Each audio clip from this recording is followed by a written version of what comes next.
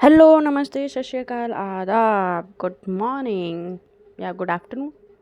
और कैसे हैं आप सब? उम्मीद है अच्छे होंगे। और आप सुन रहे हैं शालिमा एक खूबसूरत कहानी। और मैं उसमें सुनाने जा रही हूँ, मतलब अपने चैनल पे सुनाने जा रही हूँ दीवानगी इश्क की। और ये है लास्ट पार्ट।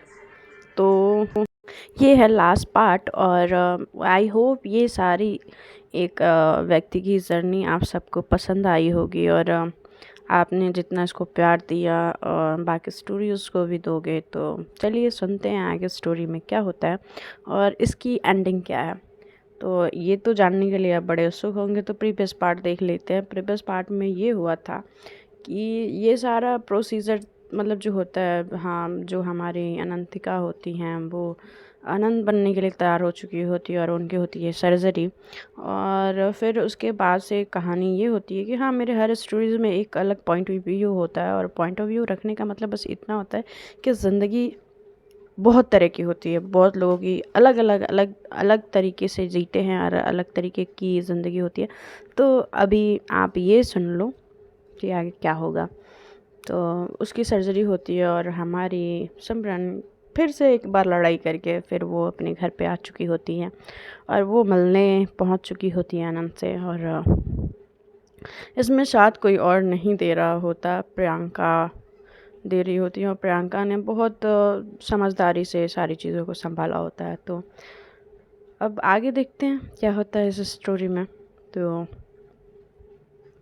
ये सब होते हुए जो हमारी प्रियंका होती हैं काफ़ी ज़्यादा खुश होती हैं कि उन्होंने जो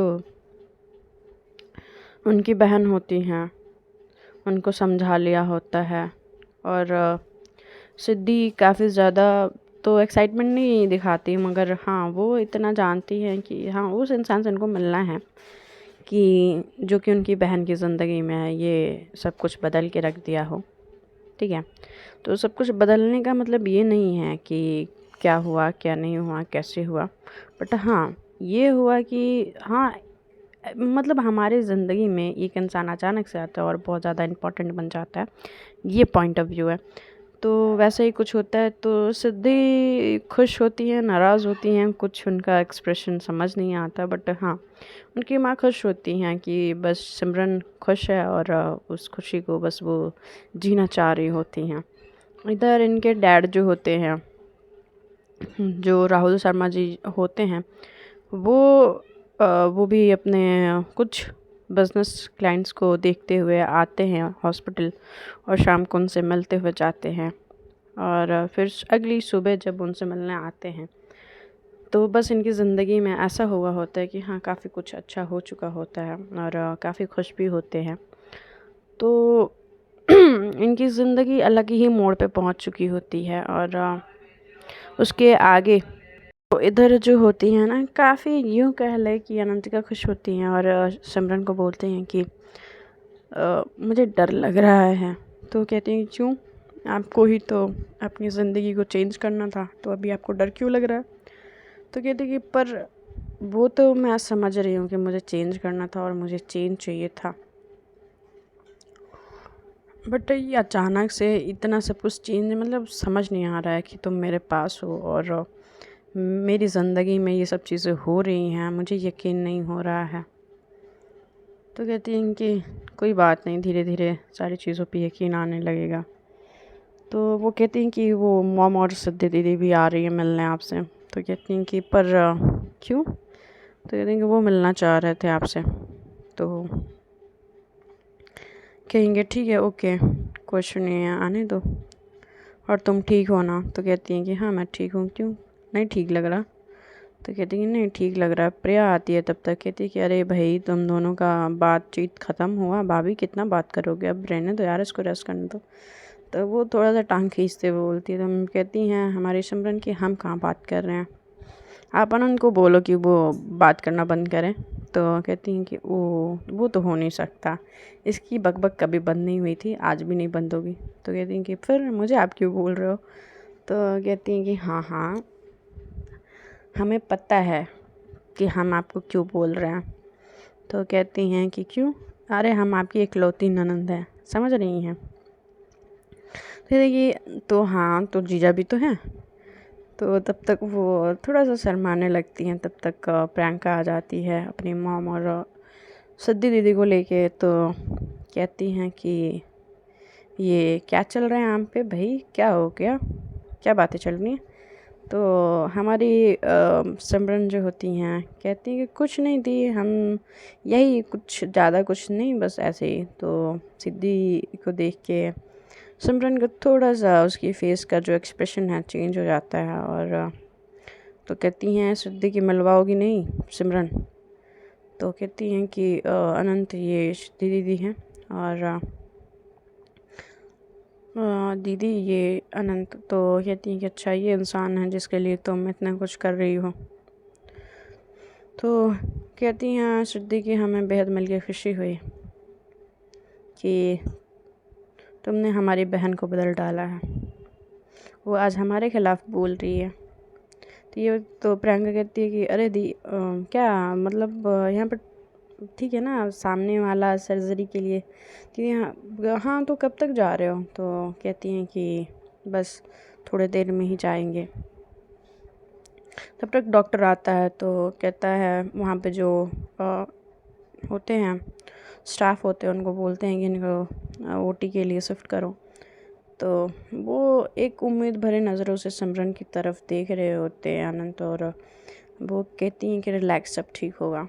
तो कहती हैं कि हाँ, एक दूसरे को इशारों में ही बता रहे होते हैं और बोल रहे होते हैं। तो वो जाते वक्त कहती है कि हम आते हैं, अनंत बोलती हैं। तो वो वहाँ से चली जाती हैं और ओटी शिफ्ट हो जाते हैं। ये सब लोग अब इंतज़ार हो जाता है कि अभी अब आगे क्या होगा। फिर तब तक राहुल शर्मा जी फ़ोन लगाते हैं हमारी सिमरन को, कहती हैं बेटा सब ठीक है ना, कोई दिक्कत तो नहीं है, कोई प्रॉब्लम है। तो कहती हैं नहीं डैड कोई प्रॉब्लम नहीं है, अनंत तो ओटी में गए हुए हैं, अब देखते ऑपरेशन कितने देर में होके आता है। तो कहते हैं कि हाँ, और आप कब तक आ रहे हो। कहती हैं बस अभी निकल ही रहा हूँ, पहुँच रहा हूँ मैं थोड़ी देर में। तो कहती हैं कि ठीक है आप आ जाइए डैड। तो कहते हैं हाँ हाँ बेटा मैं आ रहा हूँ, घबराओ मत, सब ठीक होगा। वो सबको पता तो होता है, बट एक होता ना कि बड़ा इस सिचुएशन में बड़ा क्रिटिकल कंडीशंस होते हैं कि हम किसी को कुछ कह भी नहीं सकते और तकलीफ़ क्या हो रही है बता भी नहीं सकते। तो उनकी माँ उनके पास आती हैं और उनको गले से लगाती है, कहती है कि बेटा टेंशन ना लो, सब ठीक हो जाएगा, सब ठीक हो जाएगा। और सिद्धि इधर कोने में खड़े होके आई थिंक उनको अच्छा लगा होता है या नहीं लगा होता है, डोंट नो कि उनका क्या दिमाग में चल रहा होता है, मगर वो फिज़िकली प्रेजेंट होती हैं वहाँ पे और वो भी बोलती हैं कि इतना चिंता मत करो सिमरन, सब ठीक हो जाएगा। प्रियंका और प्रिया एक दूसरे की तरफ उम्मीद भरे नज़रों से देख रहे होते हैं, कहते कि भगवान जी सब ठीक करना। और 3 घंटे लगने के बाद वो सर्जरी होके वापस जब आने का, तो उसके बाद से उनको वो कहती हैं कि पता नहीं क्या हुआ, अभी डॉक्टर भी नहीं कुछ बता रहे। तो ओटी जो होता है ना, ओटी से वो 3 घंटे इस प्रोसीजर में, मुझे ये पता है कि 3 घंटे इस प्रोसीजर में लगते हैं, 3 घंटे से ज़्यादा लगते हैं अगर ज़्यादा क्रिटिकल कंडीशन हो, सर्जरी में दिक्कत आए तो उनको 3 घंटे लगे होते हैं। और फिर डॉक्टर्स बाहर आ चुके होते हैं, ओटी से शिफ्ट करने में थोड़ा वक्त लगता है। तो सारे स्टिचेस वगैरह लग चुके होते हैं और डॉक्टर बाहर आ चुके होते हैं। डॉक्टर कुछ बोले नहीं होते, वो चले गए होते हैं। और इनको फिर वहाँ पे जो स्टाफ होते हैं उनसे हमारी प्रियंका पूछती हैं कि कब तक आईसीयू शिफ्ट किया जाएगा। तो कहते हैं कि बस अभी जस्ट किया ही जा रहा है, ओटी से आईसीयू ही शिफ्ट करेंगे। तो कहती हैं कि ठीक है। तो वहाँ पे जो होता है कि चलो ठीक है, आपने जो बोला हमने सुन लिया और ऐसा होता है। तो कहती हैं कि क्या आप, तो कहती हैं कि क्या मैं, तो कहती हैं कि आप क्या उनकी लगती हैं। तो कहती हैं कि मैं उनकी गर्लफ्रेंड हूँ, आप सिमरन जो बोलती हैं। तो कहती हैं कि ओके, तो मतलब ये आप, तो कहती हैं हाँ। तो वो लेके कहते हैं ओके। फिर वो कहते हैं कि बस अभी कुछ देर में ही शिफ्ट कर रहे हैं मैडम। तब तक उनके डैड भी आ जाते हैं। सब लोगों को देख के वो थोड़ा सा हैरान भी होते हैं कि मतलब ठीक है एक्सपेक्टेड है उसकी मम्मी को, बट सिद्धि तो वो एक्सपेक्टेड नहीं होता है। तो कहते हैं कि सब ठीक है ना प्रियंका? तो कहती हैं कि हाँ अंकल सब ठीक है, अब ऑपरेशन हो चुका है और मैं बस शिफ्ट करने वाले हैं आईसीयू। तो कहते हैं कि ठीक है, उम्मीद है सब अच्छा हुआ हो, मैं डॉक्टर से मिल के आता हूँ। तो वो नीचे जाते हैं और रिसेप्शन पे पूछते हैं, डॉक्टर से मिलते हैं, डॉक्टर से बातें होती हैं। डॉक्टर बोलते हैं कि सब कुछ अच्छा है, सब कुछ सही हो गया है, बट हाँ रिकवर करने में कितना वक्त लगेगा वो तो डिपेंड ऑन बॉडी कि कितना रिकवर कर पाते हैं, कितनी जल्दी रिकवर कर पाते हैं। तो कहते हैं कि ओके थैंक यू डॉक्टर, वो पूछ के चले जाते हैं। फिर उसके बाद से उनकी ज़िंदगी में थोड़ी बहुत ऊपर नीचे तनाव खिंचाव चलती रहती है। और इधर आईसीयू शिफ्ट करने के बाद बाहर से ही सब लोग देख रहे होते हैं अनंत को, और उनको उस वक्त तक होश नहीं आया हुआ होता है कि हाँ वो थोड़ा सा बात कर पाएँ या थोड़ी भी। ये सब लोग वेट कर रहे होते बेसब्री से कि बस अभी सब ठीक हो जाए। फिर धीरे धीरे थोड़ा वक्त निकलता है, शाम ढलती है, होश में आते हैं। फिर सब लोग मिलने के लिए बोलते हैं। तो डॉक्टर बोलता है कि नहीं कोई एक ही जाके मिल सकता है अभी फ़िलहाल। तो वो जाती हैं सिमरन और मिल के आती हैं। तो मिल के आने के बाद उनके डैड कहते हैं कि बेटा मैं ऑफिस जा रहा हूँ, थोड़ा सा काम है, मैं आके फिर बात करता हूँ। तो कहते हैं जी डैड मैं तुम संभाल लोगी ना? तो कहते हैं कि हाँ डैड मैं संभाल लूँगी, दी और प्रिया है ना। और उधर उसकी माँ और जो सिद्धि होते हैं उनको भी वो बोलते हैं कि माँ दी आप घर चले जाइए, काफ़ी आप लोगों को देर से आप यहीं हो तो थोड़ा रेस्ट कर लेना, ठीक है। ऐसा बोलती हैं और उनको घर जाने के लिए बोलते हैं कि जी बेटा हम जो भी ज़रूरत लगेगा बताना फ़ोन करके, और तुम्हारे डैड भी आने वाले होंगे तो हम भी निकलते हैं। तो प्रियंका कहती कि रुक जाओ मैम मैं छोड़ देती हूँ। तो कहती हैं कि ठीक है चलो।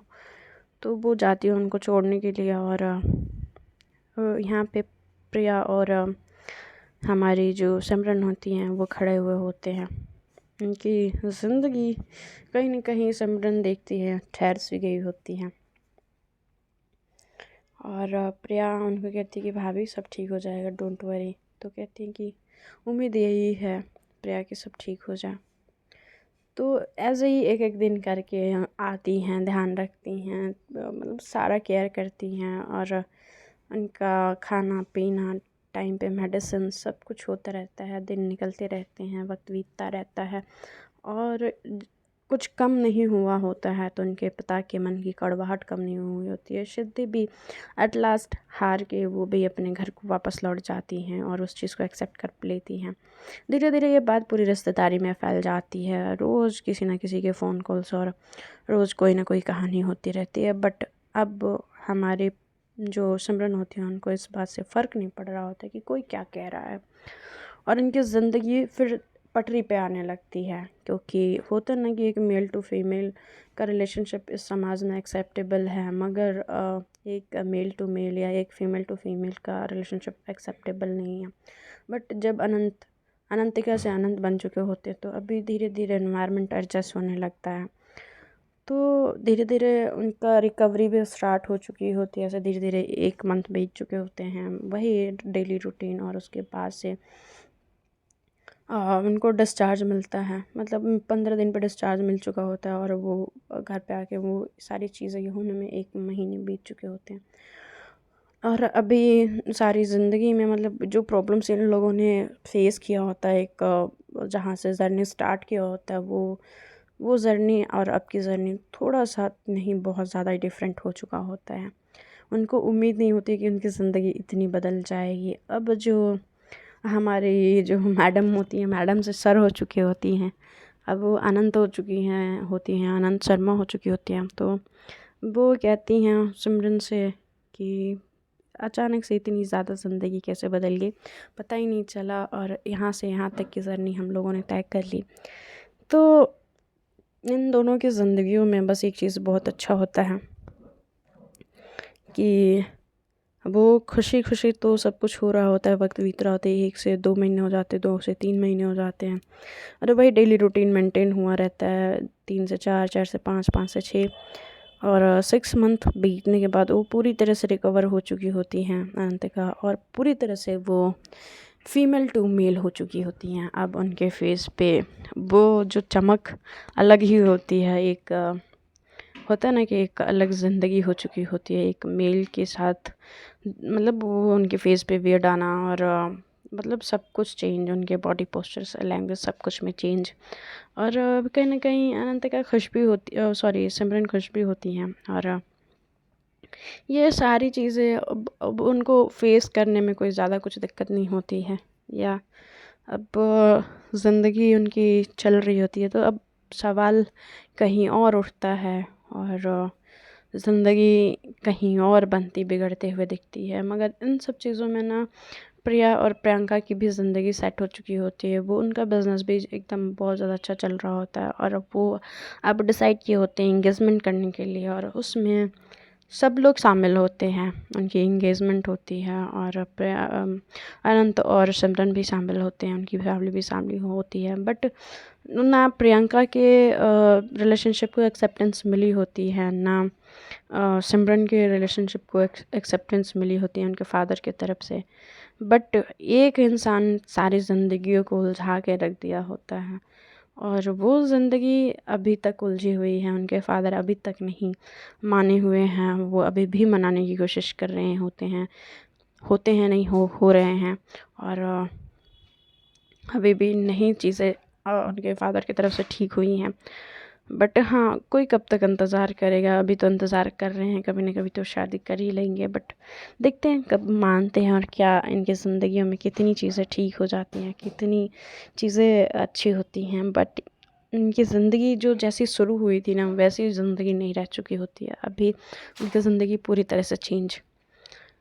अभी खुश हैं, साथ हैं और देखते हैं कब उनके फादर मानते हैं तो फिर देन उनकी आगे शादी होगी और ये स्टोरी अब यहीं एंड करते हैं और चलिए फिर आप सबको आई होप कि ये स्टोरी आपको बेहद पसंद आई होगी और अब बाकी स्टोरी पे प्यार और अपना कंसंट्रेशन बनाए रखें और ये लास्ट पार्ट है इस स्टोरी का और इसके आगे स्टोरी अब भाई ये स्टोरी ख़त्म हुई तो कोई नहीं तो सुनोगे ना। तो चलिए, इन सब स्टोरी से सुना के मुझे बस इतना लगता है, आपको क्या लगता है कि इस स्टोरी को सुन के आपको क्या महसूस हुआ, क्या आप समझे इस स्टोरी से? तो आप मुझे कमेंट बॉक्स में ज़रूर बताना क्या समझ पाए, क्या मतलब आपको समझ आया कि ज़िंदगी कैसी है। हम ज़िंदगी को सोचते हैं ना कि इतनी ईजी है और हमारे तरीके से है, ऐसे है, वैसे है, बट वैसा कुछ होता नहीं है। ज़िंदगी ज़िंदगी है और कब करवट बदल लें कुछ पता नहीं चलता। कभी लगता है कि ये रंग ऐसा ही चलेगा, मगर फिर अचानक से वो रंग बदल जाते हैं और वो ज़िंदगी बदल जाती है, वो इंसान बदल जाता है और फिर उसके बाद अचानक से ये एहसास होता है, अरे यार ऐसा हो गया, ऐसा होना था, नहीं होना था।